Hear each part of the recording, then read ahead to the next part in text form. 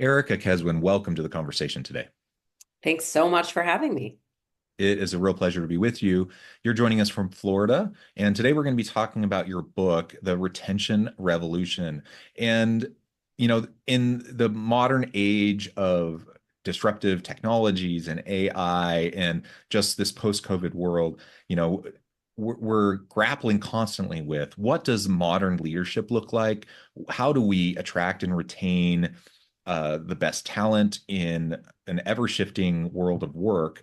And so this is really what we're going to try to unpack and discuss together today as we discuss your book and really Great. what is there in the gist of what you are trying to explore in your work. As we get started, I wanted to share Erica's bio with everybody. Erica Keswin is a best-selling author, internationally sought-after speaker, and workplace strategist. Her first two best-selling books, Bring Your Human to Work and Bring Your Human to Work, 10 Surefire Ways to Design a Workplace That's Good for People, Great for Business, and Just Might Change the World, and Rituals Roadmap, the human way to transform everyday routines into workplace magic, were widely discussed in media outlets like Good Morning America, MSNBC, Live Well with Kelly and Ryan, as well as many print articles and reviews. Her forthcoming book is called Retention Revolution: 7 Surprising and Very Human Ways to Keep Employees Connected to Your Company. Actually, I say forthcoming, but it's already been released, and it sets leaders up for success in this new world of work. So this is what we're going to be exploring together. Erica, anything you would like to share by way of your background, personal context before we just dive on in? No, I'm good. Let's just dive in. Okay. Well, one of the things I like to ask, this part of this trilogy of books that you've put together that have been so well received, why these books? Why particularly this book now? Why did you feel it was so important to get out there? So I'll take you to answer this question. I'll take you back a little bit, a few decades, but I won't make it that long of a story. But in 1998, I was engaged to my now husband, Jeff, and he asked me to go on vacation. I couldn't go because I was saving my vacation days for our honeymoon. But I'd just gotten a little 5-inch square device called the BlackBerry, and this device was presumably going to allow me to work from anywhere. So I hopped on a plane, went to Bermuda, sat there and worked during the day with my feet in the sand, had a nice drink in my hand, saw Jeff's clients at night, and literally said to myself out loud, this is the life. This was unbelievable. Fast forward a decade, 10 years later, I added 3 kids to the mix and added yet another new phone, one of these, an iPhone. Thank you, Steve Jobs. And now I'm walking around with 3 kids and 2 phones, and work and life are increasingly interconnected. And instead of feeling like, oh, wow, I can work from anywhere, now I was actually working from everywhere. Yeah. And now we're in 2024, and there's more technology and AI and all of these things that we think about. And I needed to get this out in the world as someone who was always a connector, but began to see the good, the bad, and the ugly as it relates to technology. And so my belief and the through line in these books, this Human Workplace trilogy, is that great leaders, and really could be great humans, parents, all of us with whatever we do with our lives, need to find the sweet spot between tech and connect. We need to leverage technology for its greatness, which we are doing right now on this podcast, but we also need to know where, when, how to put that technology in its place to connect on a deeper level. And there's a pendulum and it keeps swinging, which I know we'll get into, but that was a very personal experience to me that, when I was sitting there, with my 3 kids and the 2 phones and everything changing, I said to myself out loud, I can't believe this is my life. And it was really the contrast of those 2 moments that led me down this path. Yeah, well, that is such an interesting contrast. And, we talk about, the terms get thrown around: work-life balance, work-life integration, life-work harmony. That's the one I like, by the way. Whatever term you use, the reality is it's tough because it all just gets mushed together, doesn't it? Mhm. We like to talk about those terms because I think we have this notion that maybe we can keep them separate, but the reality for most of us is they just get mushed together. We're expected to be on all the time. We're expected to be connected all the time. And if you start to set up boundaries, a lot of times your boss gets upset. There's so many examples of, people setting up completely realistic boundaries, where all of a sudden that gets them in the doghouse with their boss, with their work, whether they're explicitly harmed by it, or if it just like kind of sets them behind when the next promotion opportunity for promotion comes up or whatever. There's just so many examples of that. There's some really great funny guys that I follow on TikTok, for example, that all they do is they just review employee complaints, and they just review like horrible bosses basically, and employee complaints, and they're just like, oh, this guy's a jerk, this guy's a jerk, and it's just like mind-boggling how idiotic and people can be. And we all look at that and we laugh at it and we like to commiserate together. But the reality is, bosses do those things over and over and over again. Organizations do those things over and over and over again. And I don't think most bosses get up in the morning thinking, I'm going to be a jerk today. I'm going to screw over my people today. I'm going to exploit my team today. Like, most people get up wanting to do right by others. They want to treat people well. So it's not Right. like But I would say they're nefarious. overwhelmed, right? But they're They're overwhelmed overwhelmed. and Yeah. they're exhausted and Yeah.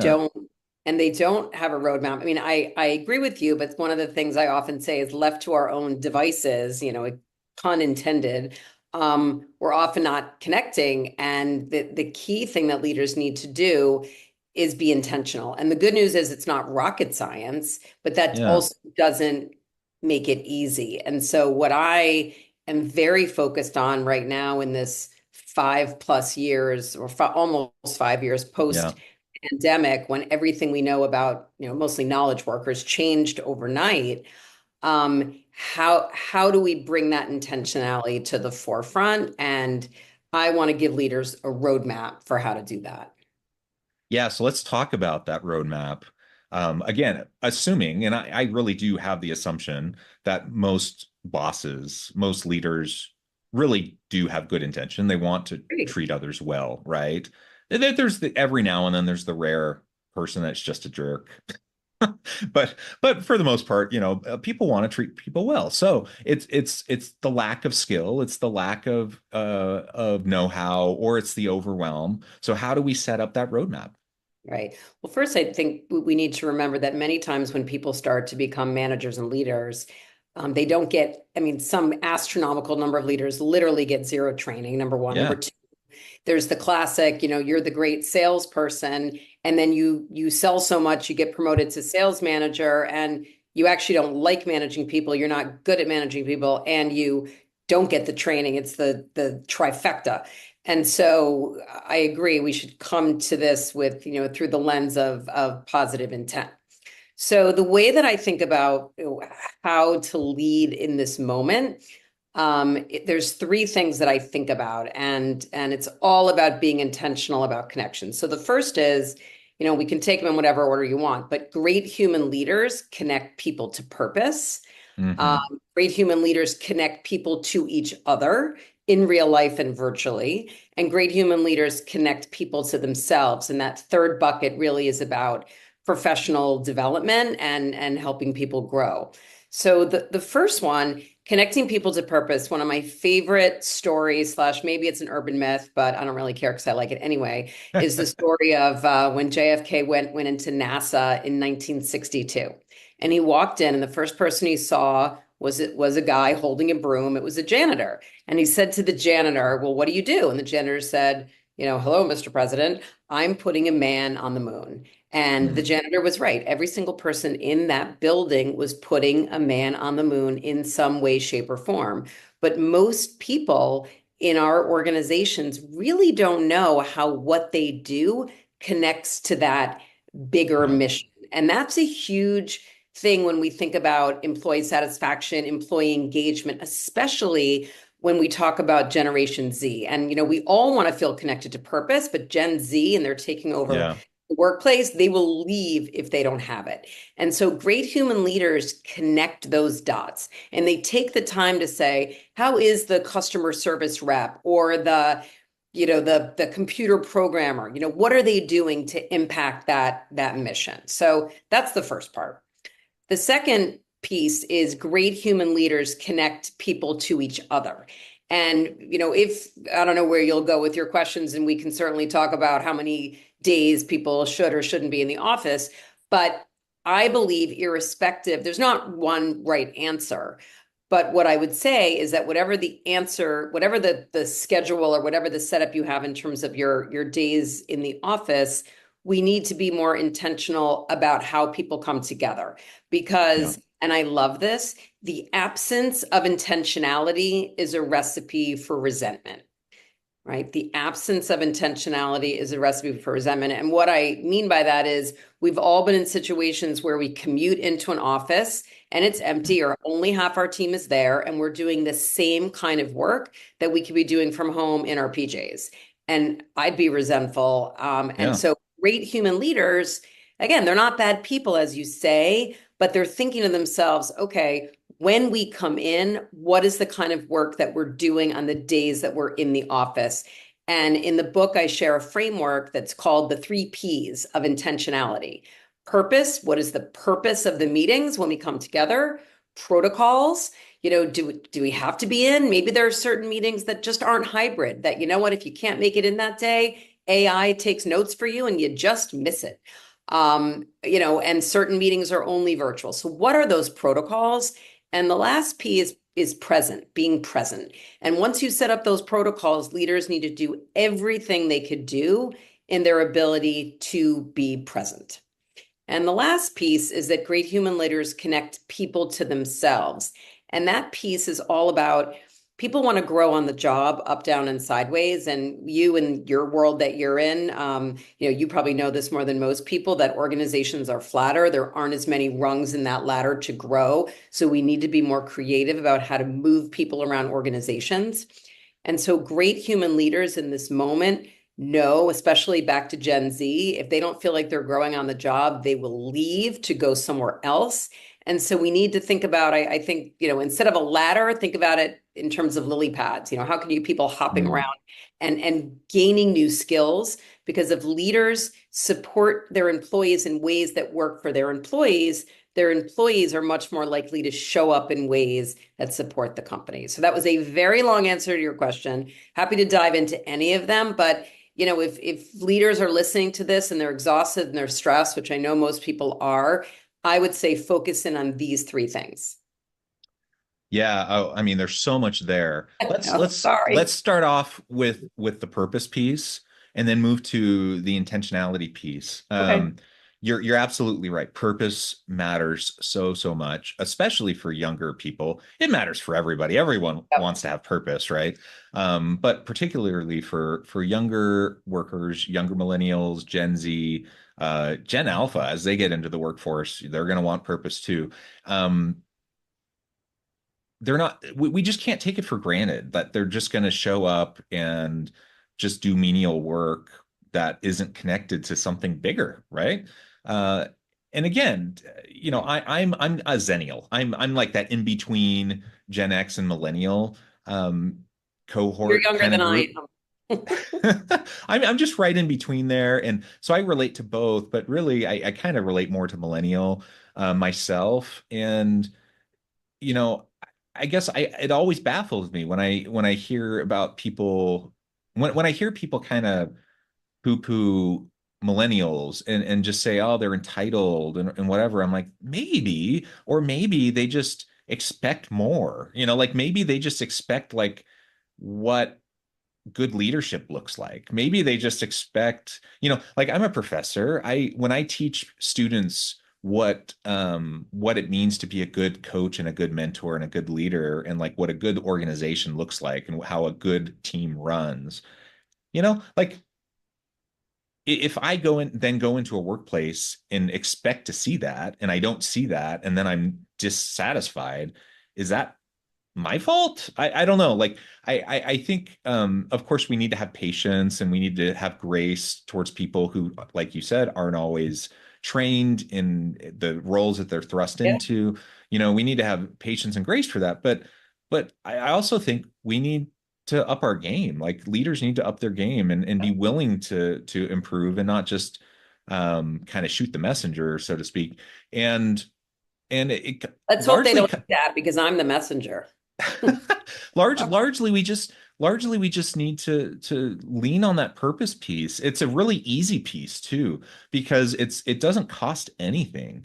Like Mm-mm. you said with the example, maybe it's apocryphal or not, I don't know, but like the broom sweeper guy, it takes nothing for to help him recognize his broader purpose in helping to send someone to the moon. It Yeah. takes nothing. Like I worked in, this was years ago, another lifetime ago. Like I was I was going off to college. The summer before I'm going to college, I'm saving up money to be able to pay for tuition, right? And I'm working in a factory job, crummy job, hot, sweaty, poor air circulation, repetitive work. You know, it's a crummy job. The only reason I'm doing it is because it's the best paying job I can get. Yeah. And I'm trying to save up money to go to college. And it's literally, I want to save up money so I don't, and I'm not looking back. And I'm going to college, and I never want to do that job again. And no shade to anybody who works in a factory, right? But that's not what I wanted to do. And I was putting my head down working so I never would have to do it again. Um, but yeah, I couldn't help but look at what I was doing and ways that that job could have been improved, and low cost or no cost ways that that job could have been improved to make it more meaningful, to make it uh, just more variety, more purpose driven, in just small little ways Yeah. that could have made at least marginal difference in Yeah. my experience and in the difference of everyone else around me. And that was for like a pretty overall crummy, um, you know, labor intensive factory job. Right. If you can do it for a sweeper, if you can do it for a factory job, if you can do it for any sort of blue collar labor type of work, you can do it for any job. You can make any job purpose driven if You you just can. have a modicum of like creativity Yeah. And and intentionality. and intentionality behind it, and just spend a little bit of time thinking about it and helping people connect to their why and their purpose behind it. I was just And trying to it, find um there was so in my book in each of in each chapter I highlight great human leaders, like people who are doing this really well. And I was just going to share this with you. So I interviewed David Siegel, who is the CEO of Meetup, or now he recently left. He was also the CEO of Investopedia. mm, And one of the things that he does, every single person that joins the organization, he sends them a personal email welcoming them to the company. And I yeah, thought, wow, that's great. Like I'd be psyched to get that. And if the story stopped there, great. He then goes on and in this note, he specifically maps out how their role connects to the larger mission. So I'm going to just read nice. you this. It's very short, but this is an actual email that he sent to an employee. He writes, I was so excited to hear the great news that you will be joining Meetup. Have heard such great feedback from E and H and others about you. Program management and ensuring great operations will elevate all of our product team efforts and drive meaningful impact. It is such a critical role. Take care and see you in August. David. I mean, the CEO. So again, to your point, it's creativity, or it's literally just being intentional, saying, I am going to connect the dots. I'm going to take 5 minutes, 10 minutes. It's, again, it's not rocket science. Yeah, and it literally takes a few minutes, right? Yeah. And it makes all the difference in the world, to do that. So let's pivot then, because that Right. we're already moving into intentionality. So you're connecting purpose through intentionality. That Mhm. intentionality piece connects to things like back to office mandates, or whether you have hybrid or remote options. It can connect to all sorts of things. but having that intentionality component into how we lead, it really matters in the modern workforce. And when we're talking about knowledge workers, um, you know, there's studies out of Harvard, MIT, multiple places. It talks about the heavy cognitive load type of work that knowledge workers do. The reality is that most people really can only do a few hours of that heavy cognitive load work a day.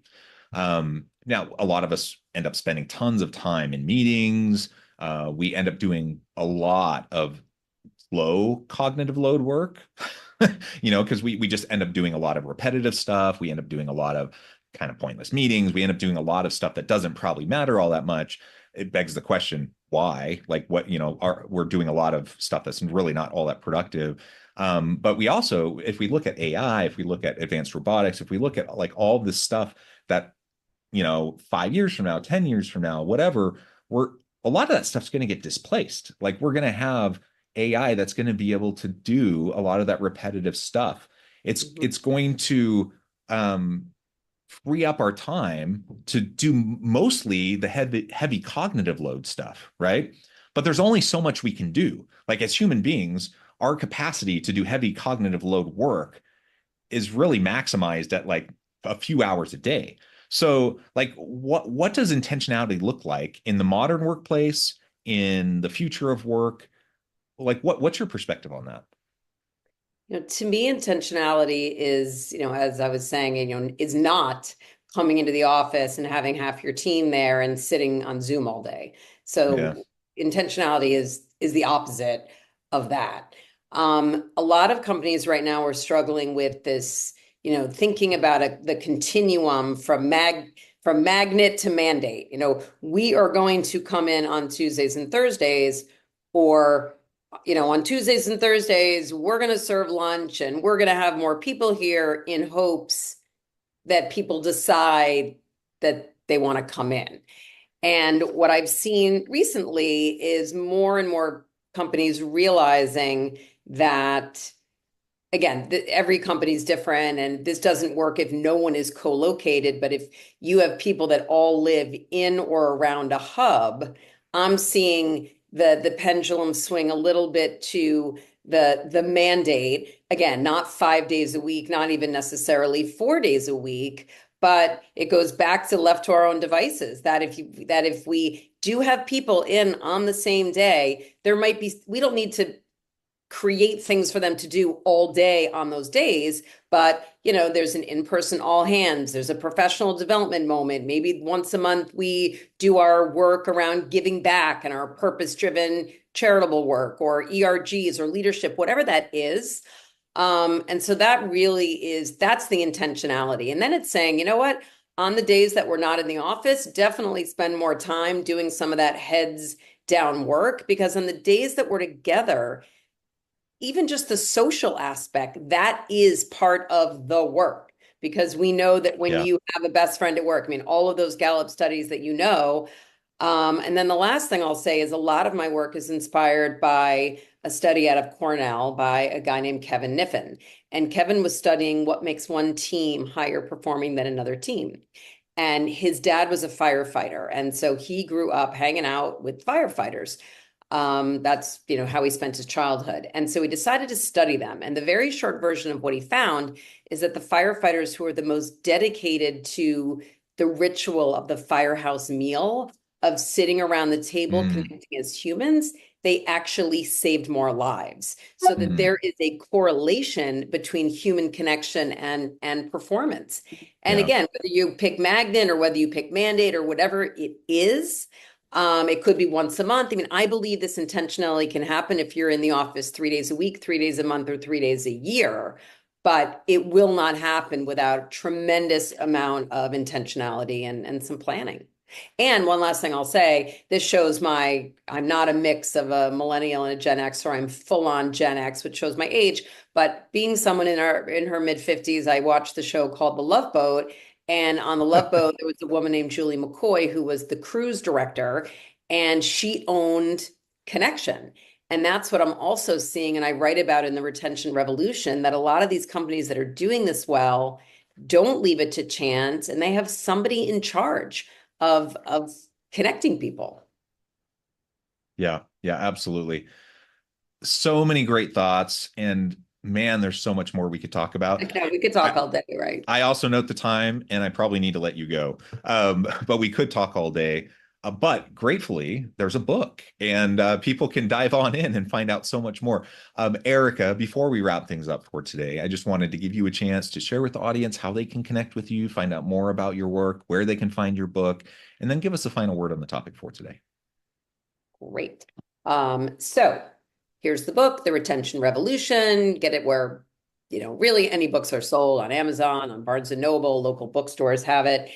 My website is just my name, ericakeswin.com. You'll see the keynotes that I've been giving around how to be a great human leader in the age of AI. I also just launched something that your listeners might find interesting. I took all the content from these books and I have a cohort of leaders, managers who want to become great human leaders. And so the cohort's full, but I'll be doing 2 different ones in 2025. And those have been really, really fun. And the group bonds because managers, they need support from other people in those roles because it is stressful and it can be really, really lonely. And I guess my last word to the listeners would be something that I think about a lot. And look, I like my technology more than the next person, but I will say that the default use of technology degrades connection. And so Mm, we can't just default. We need to take that pause and we need to be more intentional, whether it's at work, at home, or really anywhere in between. yeah, well said. Thank you so much, Erica. It's just been a real Welcome. pleasure. I encourage the audience to reach out to get connected, find out more about what Erica can do for you. And as always, I hope everyone can stay healthy and safe, that you can find meaning and purpose at work each and every day. And I hope you all have a great week.